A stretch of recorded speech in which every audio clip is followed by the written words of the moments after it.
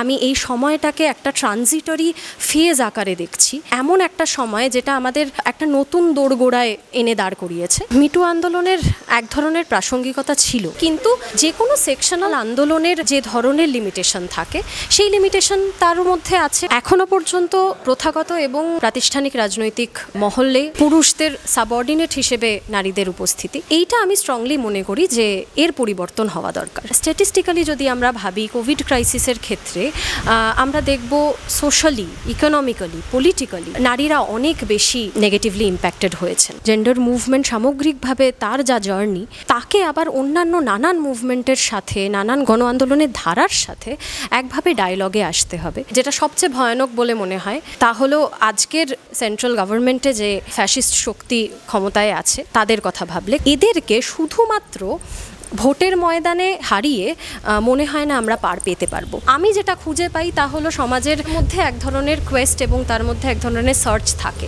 সেই খোঁজটা একভাবে রাখতে হবে। জনতা স্পিক্সের দৃষ্টিকোণ পর্ব 2-এ আজ আমাদের সাথে আছে লিঙ্গ বৈষম্য বিরোধী আন্দোলনের দীর্ঘদিনের কর্মী মেখলা। লিঙ্গ বৈষম্য বিরোধী আন্দোলন আজকে ঠিক কোন জায়গায় দাঁড়িয়ে, এটা নিয়েই আজকে আমরা মেখলার সাথে কথা বলবো। মেখলা, আমরা গত 2 দশক ধরে পশ্চিমবঙ্গে একটা জেন্ডার মুভমেন্ট বা লিঙ্গ বৈষম্য বিরোধী আন্দোলনের ধারাবাহিকতা, সক্রিয়তা দেখতে পাচ্ছি। তো তুমিও তো গত 10 বছর ধরে এই সক্রিয়তার সাথে যুক্ত। তা তোমার এই সক্রিয়তায় আসা কিভাবে, এটা যদি প্রথমে একটু বলো।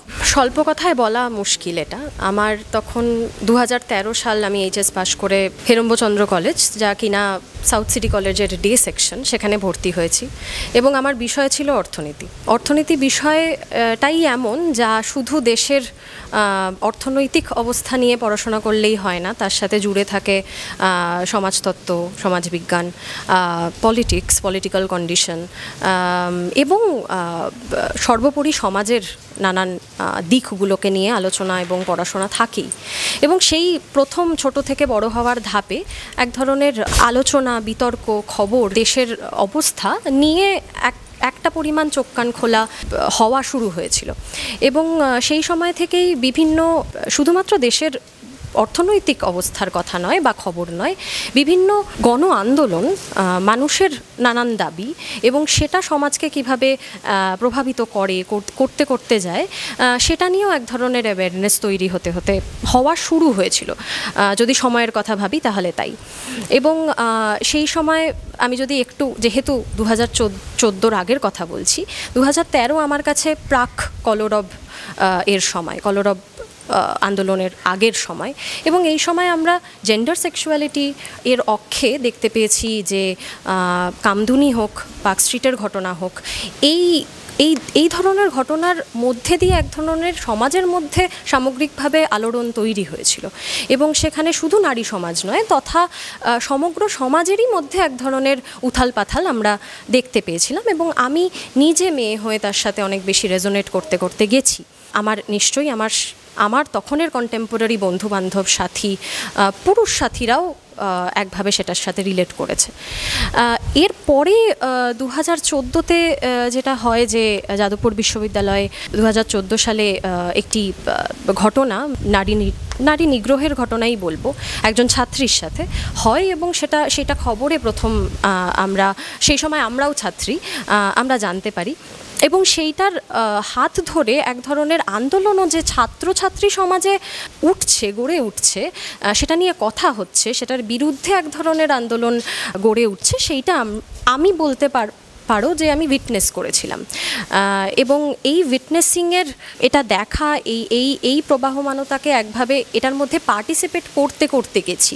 এবং এখানে এই সময়টার কথা যদি আমি ভাবি, এই সময় ঠিক যেমন ছাত্রছাত্রী অংশ জেন্ডার সেক্সুয়ালিটি, জেন্ডার ইকুয়ালিটির নানান আন্দোলনে তারা পার্টিসিপেট করতে তাদেরকে দেখছি, তাদেরকে এগিয়ে আসতে দেখছি, এই কোয়েশ্চেনগুলো, এই প্রশ্নগুলোকে সমাজের সামনে একভাবে ছুঁড়ে ফেলতে দেখছি, তারা যে কোনো জায়গা থেকেই আসুক না কেন, সেটা খুব গুরুত্বপূর্ণ মনে হয়েছিল।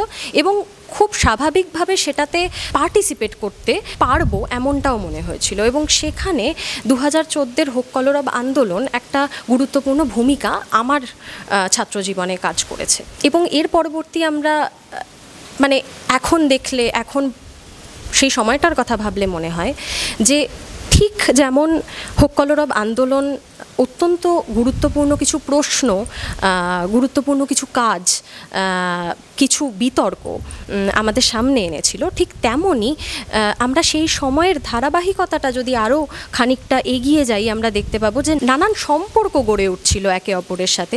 ছাত্রছাত্রী সমাজের আলোড়নের ফলেই হয়তো এই এক্সচেঞ্জগুলো আরও বেশি এনরিচড হচ্ছিল, এবং এই সমৃদ্ধ হওয়ার সাথে সাথেই আমরা উল্টো দিকে এটাও দেখেছি যে একে অপরের মধ্যে তার সেটা নারী, তার পুরুষ সঙ্গী বা তার পুরুষ বন্ধু, এদের মধ্যে নানান ডিসএগ্রিমেন্ট হোক, এগ্রিমেন্ট না হওয়া হোক, অথবা কিছু তিক্ততা হোক, অথবা কিছু সত্যি ঘটনার কারণে নানান যৌন হেনস্থার প্রশ্ন, যৌন হেনস্থার ঘটনা বা অভিযোগ অনেক সাবলীলভাবে, অনেক স্পন্টেনিয়াসলি সেটা সারফেস করত।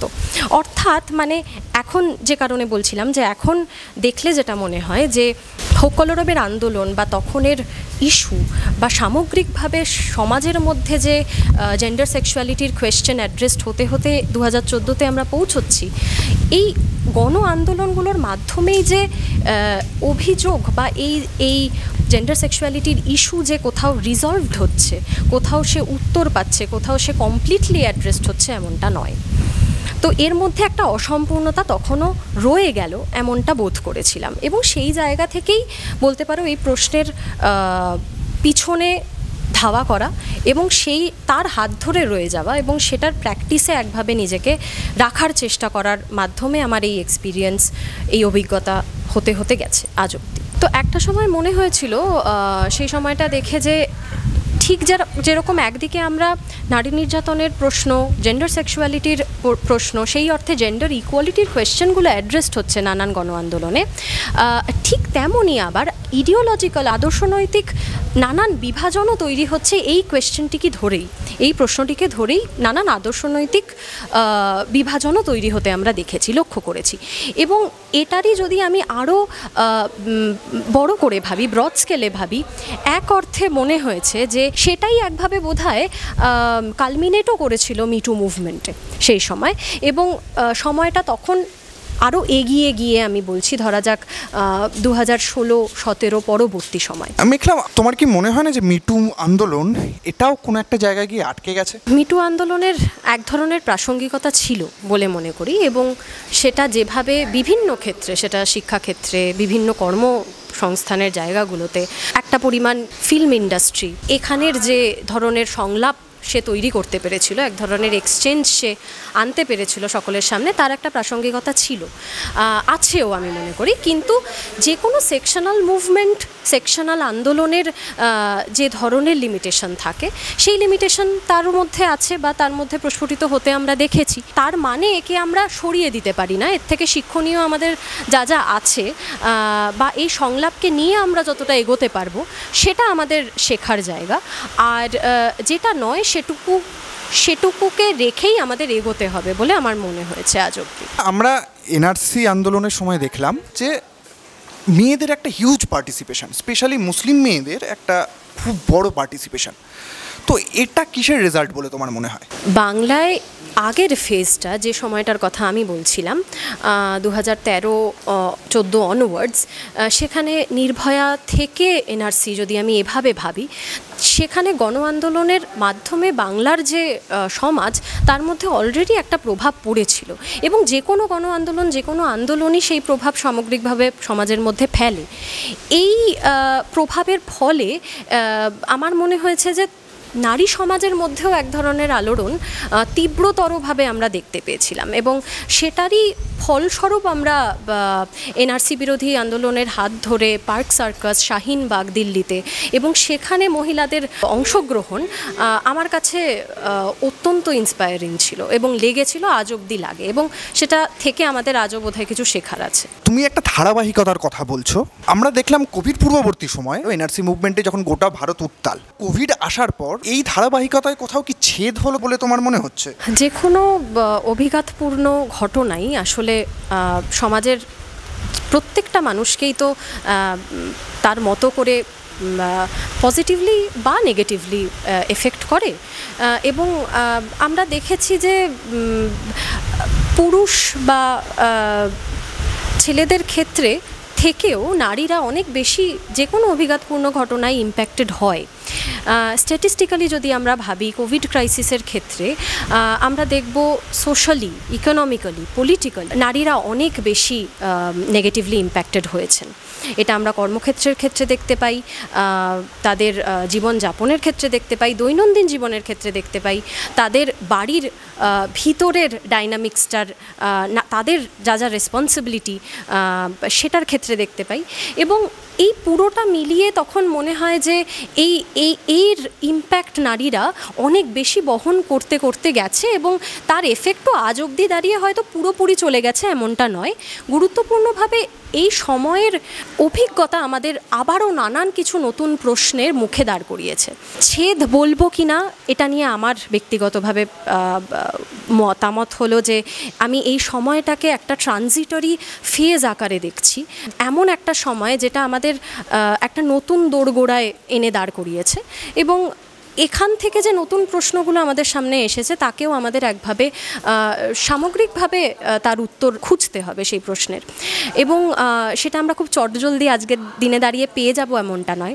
অনেক প্রশ্ন খুব গুরুত্বপূর্ণ এবং অনেক অভিজ্ঞতা খুব দুঃখজনকও একই সাথে।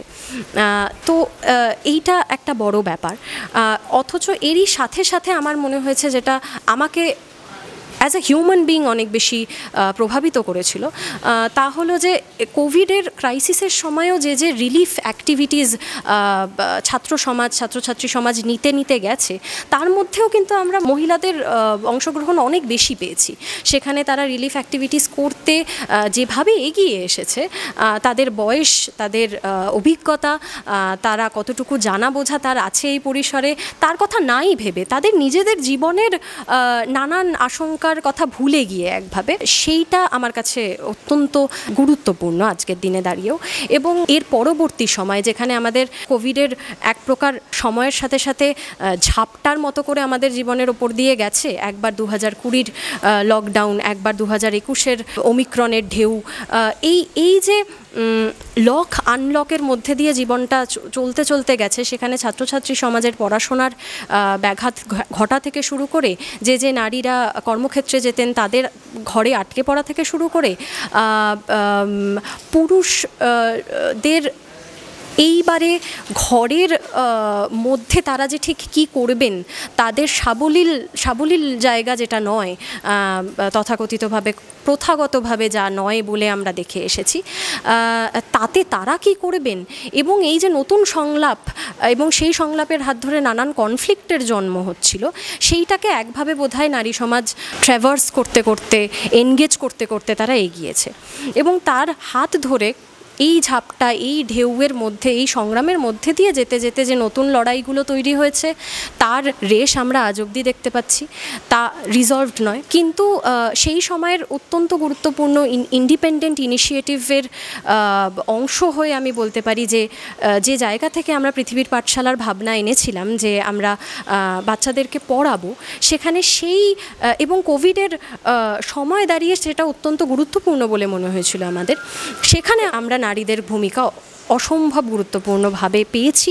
সেখানে আমরা আর কোথাও ওই সাবঅর্ডিনেট হিসেবে নয়, এক ধরনের কন্টেম্পোরারি অ্যাক্টিভ পার্টিসিপেশন এর প্রতিফলন দেখেছি। এবং সেখানে তারা যারা পড়াতে আসছেন তারা হোক, যারা পড়তে আসছে তারা হোক, আমরা পৃথিবীর পাঠশালার হাত ধরে যে ছোট ছোট ভাই বোনদের সাথে আমাদের আলাপ হলো, তাদের পরিবারের মায়েরা হোক, এই যে নেটওয়ার্ক, এই যে যোগসূত্র তৈরি হলো, তা তো রয়ে যাবে। এবং তা থেকে যা যা আমরা পেলাম, যা যা আমরা শিখলাম এবং যতটুকু দিতে পারলাম, তার ধারাবাহিকতা নিয়ে এগোনোটাই আজকের কোভিড পরবর্তী যুগের কাজ বলে মনে হয়। ভারতবর্ষ জুড়ে তো লোকসভা নির্বাচন চলছে, তো লোকসভা নির্বাচনটাকে তোমরা কিভাবে দেখছো? ভোটের আবহাওয়া, ভোটের বাজার সরগরম, তবে মেন স্ট্রিম পলিটিক্যাল স্পেসে এখন ঠিক যেরকম পরিবেশ প্রকৃতির কোয়েশ্চেন এসে পড়ছে, পলিটিক্যাল এক্সচেঞ্জেস এবং কনভারসেশনসে সেটা এসে পড়ছে, ক্লাইমেট ক্রাইসিসের প্রেভেলেন্সে, ঠিক সেরকমই আমার মনে হয়েছে যে ঠিক ততটুকুই যেন বা জেন্ডার অ্যাক্সিসের বা জেন্ডার কোয়েশ্চেন তার প্রেজেন্স আমরা দেখতে পাচ্ছি, তার উপস্থিতি আমরা পাচ্ছি। তা খুব সামান্য এবং তা একেবারেই আমি মনে করছি না যে পর্যাপ্ত পরিমাণে উপস্থিত রয়েছে। এখনও পর্যন্ত প্রথাগত এবং প্রাতিষ্ঠানিক রাজনৈতিক মহলে সেই স্পেসে আমরা দেখতে পেয়েছি আইরনিক্যালি এবং ট্র্যাজিক্যালি পুরুষদের সাবঅর্ডিনেট হিসেবে নারীদের উপস্থিতি, এবং এইটা আমি স্ট্রংলি মনে করি যে এর পরিবর্তন হওয়া দরকার। এর পরিবর্তন ছাড়া আমরা এর বাইরে ভাবনা, কাজ কোনোটাই এগিয়ে নিয়ে যেতে পারবো না। জেন্ডার মুভমেন্টের যে অক্ষ, জেন্ডার মুভমেন্ট সামগ্রিকভাবে তার যা জার্নি, তাকে আবার অন্যান্য নানান মুভমেন্টের সাথে, নানান গণ আন্দোলনের ধারার সাথে একভাবে ডায়লগে আসতে হবে। ঠিক যেমন সে জেন্ডার অ্যাক্সিসের কোয়েশ্চেন, জেন্ডার মুভমেন্ট ঠিক যেরকম এই অন্যান্য আন্দোলনগুলোর সাথে রিলেটেড এবং কানেক্টেড হবে, ঠিক তেমনই তার মধ্যে একটা স্বতন্ত্রতা, একটা ইন্ডিপেন্ডেন্স এবং একই সাথে এক ধরনের সাইমালটেনিটি তাকে কনস্টিটিউট করবে, তাকে তৈরি করবে, তাকে সমৃদ্ধ করবে। এইটা হতে পারে আমাদের একটা বলা যেতে পারে blueprint of the times ahead. উদাহরণসহ আমার যেটা মনে হয় যে নানান আন্দোলন বলতে আমি কি বলছি, ধরা যাক প্রকৃতি পরিবেশের অক্ষে যে আন্দোলন গড়ে উঠছে আজকে আমাদের বাংলায়, তাকে একভাবে নারী মুক্তির আন্দোলনের সাথে যুক্ত হতে হবে। এবং এখানে নারী সমাজ শুধু নয়, আজকে এইটুকু পরিসরে আমার পক্ষে alternate sexuality, gender fluidity, binary জেন্ডারের প্রান্তে থাকা যে মানুষ, তাদের কথা আমার বলাই হয়নি। এই সব ধরনের আন্দোলনকে একভাবে এক জায়গায় আসতে হবে, এবং এই এক জায়গায় আসা এক ধরনের নতুন সংলাপের সৃষ্টিই বটে। এই সংলাপ ছাড়া, এই আদান প্রদান ছাড়া আমরা আসলে এগোতে পারবো না, বা আমরা ভবিষ্যৎকে দেখতে পাবো না, এই ভবিষ্যতের সমৃদ্ধ হওয়ার পথকে খুঁজতে পারবো না, নতুন প্রশ্নও আমাদের কাছে এসে হাজির হবে না। এই এক্সচেঞ্জ একদিকে যেরকম জেন্ডার ইকুয়ালিটির মুভমেন্টকে সমৃদ্ধ করবে, ডেভেলপ করবে, এনহ্যান্স করবে, ঠিক তেমনই নেচারের কোয়েশ্চেনের যা মুভমেন্ট তাকে এনহ্যান্স করবে। সার্বিকভাবে একটা জার্নিকে যদি আমি ভিজুয়ালাইজ করতে চাই, তাহলে সেটা সোশিও পলিটিক্যাল প্র্যাকটিস ব্যতীত হতে পারে না, মুভমেন্ট ব্যতীত হতে পারে না, গণ আন্দোলনের একে অপরের সাথে এক্সচেঞ্জ ব্যতীত হতে পারে না। তুমি ভোটের কথা বলছিলে, আজকে লোকসভা ইলেকশনের মুখে দাঁড়িয়ে যেটা সবচেয়ে ভয়ানক বলে মনে হয় তা হলো আজকের সেন্ট্রাল গভর্নমেন্টে যে ফ্যাসিস্ট শক্তি ক্ষমতায় আছে তাদের কথা ভাবলে। কারণ আমি যে প্র্যাকটিক্যাল, ক্রিটিক্যাল সোশ্যাল অ্যাক্টিভিটিসগুলোর কথা বা প্র্যাকটিসগুলোর কথা বলছিলাম, যা ব্যতীত নারী মুক্তির কথা ভাবা, জেন্ডার সেক্সুয়ালিটি মুভমেন্টের কথা ভাবা আমার কাছে একভাবে ইম্পসিবল, তার প্রধান বাধা হিসেবে এই ফোর্সকে আমি দেখি। এই সেন্ট্রাল গভর্নমেন্টে যে ফোর্স, যে ফ্যাসিস্ট শক্তি বসে আছে, তারা এক্সট্রিমলি মিসোজিনিস্ট, পেট্রিয়ার্কাল, তাদের আইডিওলজি, তাদের আদর্শ অত্যন্ত পিতৃতান্ত্রিক। এক কথায় এদেরকে শুধুমাত্র ভোটের ময়দানে হারিয়ে মনে হয় না আমরা পার পেতে পারবো। এদেরকে হারাতে গেলেও আসলে আদপে দরকার বিভিন্ন সোশ্যাল, পলিটিক্যাল, প্র্যাকটিক্যাল অ্যাক্টিভিটি, যা মাঠে ময়দানে হবে, এবং তার ইম্যাজিনেশন এবং তার মধ্যে থাকা এবং তার থেকে লেসন নেওয়া ছাড়া আমাদের এর আগামীকে ভাবার অন্য উপায় আমি দেখছি না। সমাজ সামগ্রিকভাবে একটা ট্রানজিটে সে একভাবে অবস্থিত, এটা পার হতে তার সময় লাগবে। আমি যেটা খুঁজে পাই তা হলো সমাজের হিস্টোরিক্যালি সেটা হয়ে এসেছে যে তার মধ্যে এক ধরনের কোয়েস্ট এবং তার মধ্যে এক ধরনের সার্চ থাকে। এটা পারসিভ করাটা, আমরা যারা চেষ্টা করছি সেইটাকে ধরে চলার, সেটাকে খোঁজার, সেই খোঁজটা একভাবে রাখতে হবে এবং অনেস্ট একটা স্পিরিটের সাথে সেটা থাকলে আমার ধারণা আমরা এগোতে পারবো। আজ আমরা মেঘলার সাথে অনেকক্ষণ কথা বললাম আজকের জেন্ডার মুভমেন্ট আজকের দিনে কোন কোর্সের মধ্যে দিয়ে যাচ্ছে, এটা নিয়ে আশা করছি আমরাও নিজেদের মধ্যে বক্তব্য, কথা বলি, এই আদান প্রদান চলবে। দর্শকদের কাছে অনুরোধ, তাদেরও যদি কোনো মতামত থাকে, কোনো ক্রিটিসিজম থাকে, তারা যেন অবশ্যই আমাদের কমেন্ট বক্সে কমেন্ট করে জানায়। আর যদি এখনও অবধি চ্যানেলটি সাবস্ক্রাইব না করে থাকেন, তাহলে অবিলম্বে চ্যানেলটি সাবস্ক্রাইব করে নিন। ধন্যবাদ।